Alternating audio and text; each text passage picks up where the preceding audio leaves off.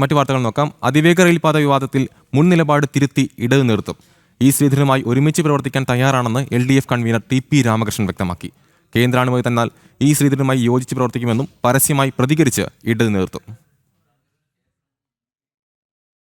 അതിവേഗ റെയിൽപാത വിവാദത്തിൽ തട്ടി ശ്രീധരനും സംസ്ഥാന സർക്കാരും ഓടിക്കൊണ്ടിരുന്നത് രണ്ട് ട്രാക്കിലൂടെ.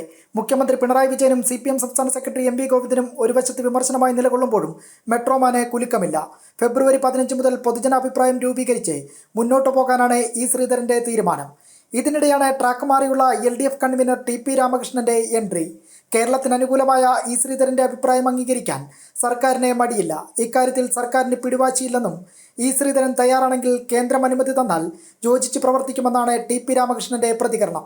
അദ്ദേഹത്തിന്റെ ഈ റെയിൽ ഗതാഗതം മെച്ചപ്പെടുത്തുന്നതിന് വേണ്ടി അദ്ദേഹത്തിന്റെ അഭിപ്രായങ്ങളൊക്കെ അംഗീകരിക്കാൻ ഞങ്ങൾക്ക് ബുദ്ധിമുട്ടൊന്നും ഇവിടെ പ്രായോഗികമാണെങ്കിൽ കേരളത്തിന്റെ റെയിൽ വികസനത്തിന് ശ്രീധരന്റെ അഭിപ്രായമാണ് നടപ്പിലാക്കേണ്ടതെങ്കിൽ അതിന് ഗവൺമെന്റ് തയ്യാറാണ്.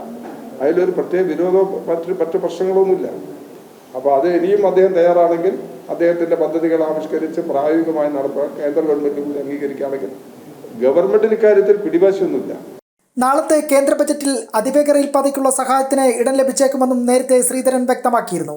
എന്നാൽ അപ്രതീക്ഷിത പ്രഖ്യാപനങ്ങൾ ഉണ്ടാകുമെന്ന് തന്നെയാണ് സൂചന. അതേസമയം ശ്രീധരന്റെ പദ്ധതിക്ക് പ്രതിപക്ഷവും പൂർണ്ണ പിന്തുണയാണ് ഇപ്പോൾ നൽകുന്നത്. കെ ബി ശ്യാമപ്രസാദ്, ജനം, കോഴിക്കോട്.